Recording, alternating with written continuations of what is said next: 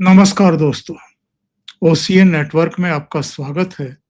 मैं हूं ओमकार चौधरी। ऐसा लगता है कि अब भारत ने ये तय कर लिया है कि अमेरिका के साथ लुका-छुपी का खेल तो बहुत हो चुका है, लेकिन अब ओपनली अमेरिका को उसकी असलियत दिखाई जाए, उसको आईना दिखाया जाए और वो भारत के साथ क्या खेल करने की कोशिश कर रहा है, ये उसको सीधे-सीधे बता दिया जाए।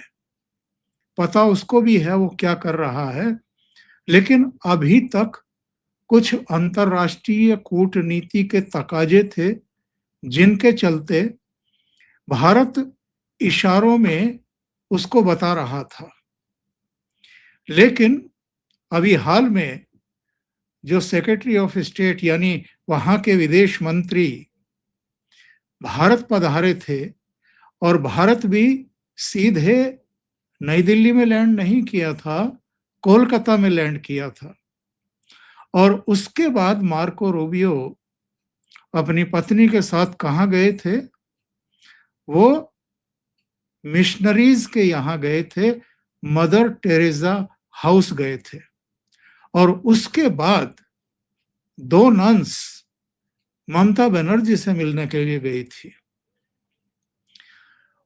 उनका 4 दिन का दौरा था और भारत सरकार ने उन 4 दिन में उनको ये एहसास करा दिया कि यदि हमारी सेंसिटिविटी की अमेरिका अनदेखा करेगा, तो फिर हम भी आपको वो सम्मान नहीं देंगे। प्रोटोकॉल के मुताबिक आपको एक जूनियर ऑफिसर जाकर रिसीव भी कर लेगा, सी ऑफ भी कर देगा, लेकिन इससे ज्यादा की अपेक्षा आप हमसे नहीं कर सकते हैं। और ये जो एक रूखा सा व्यवहार रहा है सेक्रेटरी ऑफ स्टेट के प्रति भारत सरकार का, इसके कारणों में भी हम जाएंगे। लेकिन वो घटना अभी समाप्त ही हुई थी कि राष्ट्रीय सुरक्षा सलाहकार अजित डोभाल ने मॉस्को की जमीन से यानी रूस में बैठ कर के बिल्कुल 2 टूक ये पूछ लिया है, ये कह दिया है कि आप तय कर लें कि आपको किसका साथ देना है। जो आतंकवाद से पीड़ित हैं, जो आतंकवाद के खिलाफ एक्शन में हैं, कार्रवाई कर रहे हैं, उनका साथ देना है, या जो आतंकवाद को हर तरीके से संरक्षण दे रहे हैं, पाल पोस रहे हैं और न केवल भारत बल्कि दुनिया के बहुत सारे देशों को सप्लाई भी कर रहे हैं, ऐसे देश यानी पाकिस्तान का साथ देना है। और अजित डोभाल ने वहां ये भी कह दिया है कि भारत अब रूस की तरह आतंकवाद को समूल नष्ट करेगा, उसको कुचल देगा। ये प्रतिबद्धता उन्होंने मॉस्को में दिखाई है। अंतर्राष्ट्रीय सुरक्षा मंच की बैठक थी। ये सुरक्षा मामलों के लिए जो उच्च प्रतिनिधियों और अंतर्राष्ट्रीय सुरक्षा मंच की 14वीं बैठक थी, वो उसमें भाग लेने के लिए गए थे। और रूसी सुरक्षा परिषद के जो सचिव हैं सर्गेई शोइगु, उनके सामने उन्होंने उनको संबोधित करते हुए कहा कि जो रूस का तरीका है आतंकवाद को कुचलने का, वही तरीका अब भारत जो है वो अपना रहा है। जीरो टॉलरेंस, इसके अलावा अत्यंत आक्रामकता, कठोर कार्रवाई, कोई समझौता ही नहीं। और खास तौर से जो चेचन्य विरोधी आतंकवादी थे, अलगाववादी थे, उनसे निपटने के लिए जिस तरीके से रूस ने सैन्य ताकत का भी इस्तेमाल किया, सख्त कानून भी बनाए और रणनीतिक कूटनीति का भी सहारा लिया, वही संकेत अजित डोभाल ने मॉस्को में बैठ करके न केवल अमेरिका को बल्कि पाकिस्तान को भी और कुछ दूसरे देश भी, जिनका नाम नहीं लिया उन्होंने, पर इशारा तो कर दिया। और ये देश है चीन, चाइना। क्योंकि जब भी सिक्योरिटी काउंसिल में, यूएन में भारत अपनी रक्षा सुरक्षा चुनौतियों और खास तौर से आतंकवाद और अंतरराष्ट्रीय स्तर के आतंकवादियों के खिलाफ पाबंदियों के लिए कोई प्रस्ताव लेकर के आता है, तो चीन उसमें अक्सर वीटो करके उनको बचाने का ही काम करता रहा है। और पाकिस्तान की जो करतूतें हैं भारत के खिलाफ, उनको एक तरीके से संरक्षण देता रहा है।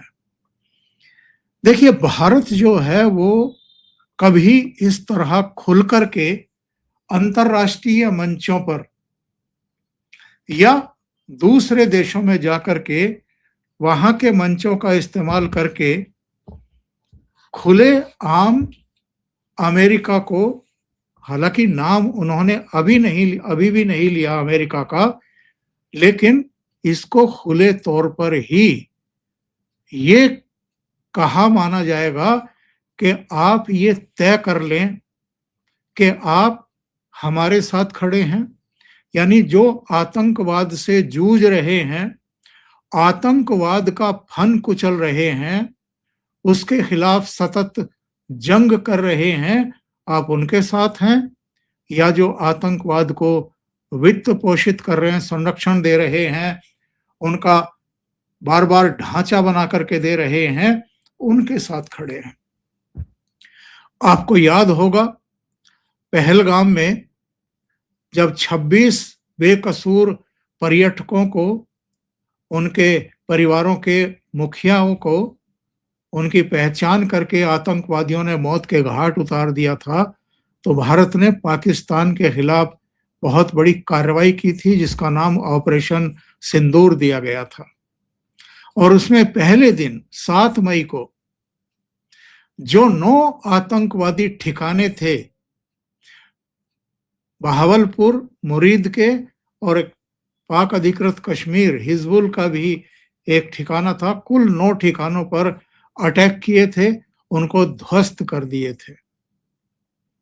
और उसके बाद ये खबरें भी आई थी कुछ महीने बाद पाकिस्तानी सरकार ने, वहां की मिलिट्री ने उन सभी आतंकी ढांचों को जो गिरा दिए गए थे, नेस्त नाबूद कर दिए गए थे ब्रह्मोस के द्वारा और सेना की दूसरी कार्रवाई के द्वारा, उनको फिर से खड़ा करने के लिए सैकड़ों करोड़ रुपए की मदद आतंकवादी संगठनों को मुहैया कराई। और नाम क्या दिया कि जो मदरसे चल रहे थे, उन मदरसों पर भारत ने अटैक कर दिया, तो उन मदरसों को फिर से खड़ा किया जा रहा है। लेकिन बात केवल इतनी नहीं थी, बात यह है कि उस घटना के बाद डोनाल्ड ट्रंप ने, मौजूदा राष्ट्रपति ने, आसिम मुनीर को, जिन्होंने 4 दिन में ही भारतीय कार्रवाई के सामने, भारतीय सेना के सामने घुटने टेक दिए थे और सीज फायर की गुहार लगाई थी, और भारत ने वो उनका अनुरोध मान लिया था, उन आसिम मुनीर को व्हाइट हाउस में बुला करके लंच कराया था। साजिश तो उनकी ये थी कि उस समय G7 समिट में भाग लेने के लिए गए प्रधानमंत्री नरेंद्र मोदी को भी उसी समय वॉशिंगटन बुला लिया जाए और दोनों को अपने आसपास बैठा करके एक प्रेस कॉन्फ्रेंस करके हाथ मिलवाने का, क्योंकि उस समय डोनाल्ड ट्रंप के सिर पर भूत सवार था शांति का नोबेल हासिल करने का। तो वो चाहते थे कि ये भी सीन दुनिया के सामने क्रिएट कर दिया जाए कि मैंने पाकिस्तान और भारत की लीडरशिप को साथ साथ बैठा करके शांति का प्रयास किया है, समझौते का प्रयास किया है। लेकिन मोदी जी वहां नहीं गए। उसके बाद भी आप देखें तो पाकिस्तान को जिस तरीके से शह दे रहे हैं डोनाल्ड ट्रंप, उनके दामाद कुशनर भी इस्लामाबाद की लाहौर की यात्रा कर चुके हैं और लगातार वो आसिम मुनीर की प्रशंसा कर रहे हैं, उनकी शान में कसीदे गढ़ते रहे हैं।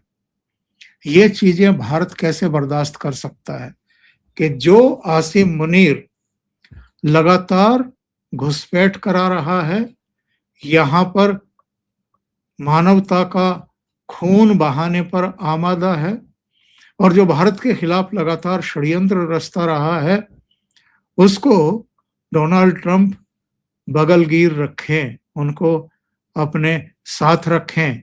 अभी ईरान के खिलाफ जो कार्रवाइयां हुई थी अमेरिका और इजराइल की तरफ से, उसमें भी किसको मध्यस्थ बनाया डोनाल्ड ट्रंप ने और किसको बार बार तेहरान दौड़ाया ताकि वहां की लीडरशिप से बातचीत करके और सीज फायर को सिरे चढ़ाया जा सके। वो हैं आसिम मुनीर और शहबाज शरीफ।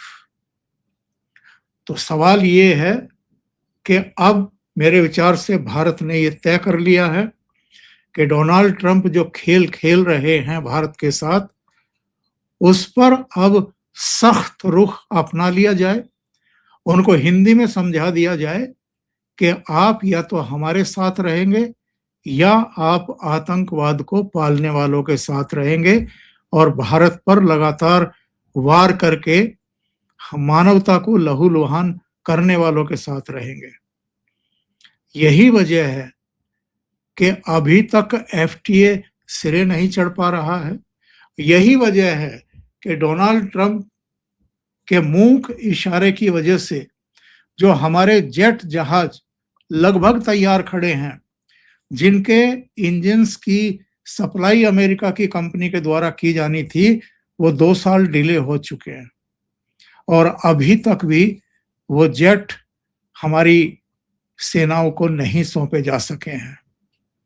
यही वजह है कि भारत को तरह तरह से उन्होंने प्रताड़ित करने की कोशिश की है, आर्थिक नुकसान पहुंचाने की कोशिश की है। कभी H-1B वीजा, कभी चाबहार, कभी 50% टैरिफ।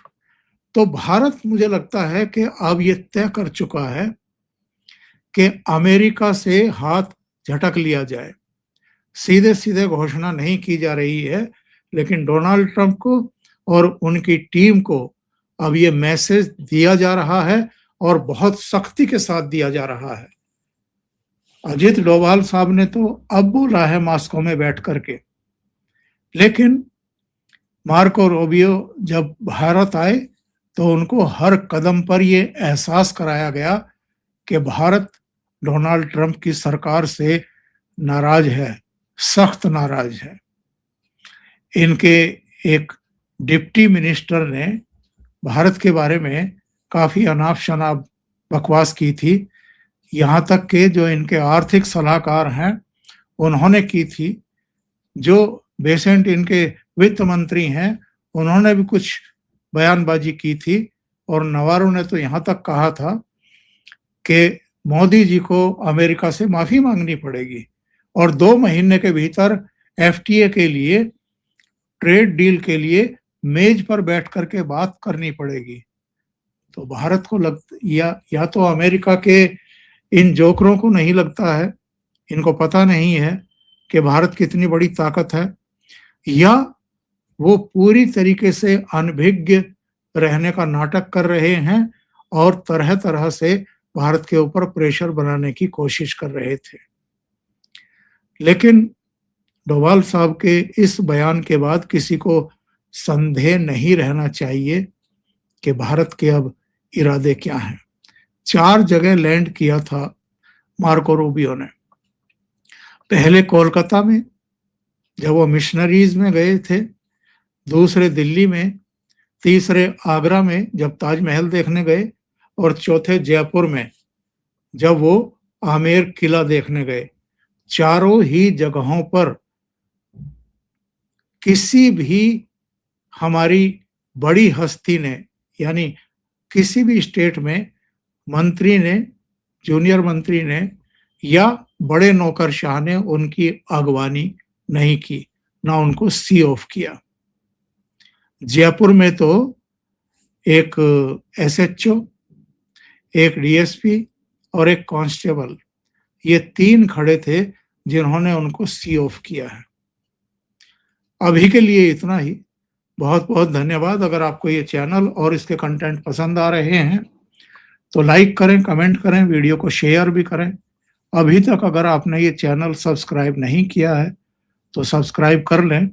साथ में लगे बेल आइकॉन को दबाना ना भूलें, ताकि आगे आने वाले वीडियो और उनके नोटिफिकेशन आप तक पहुंचते रहें।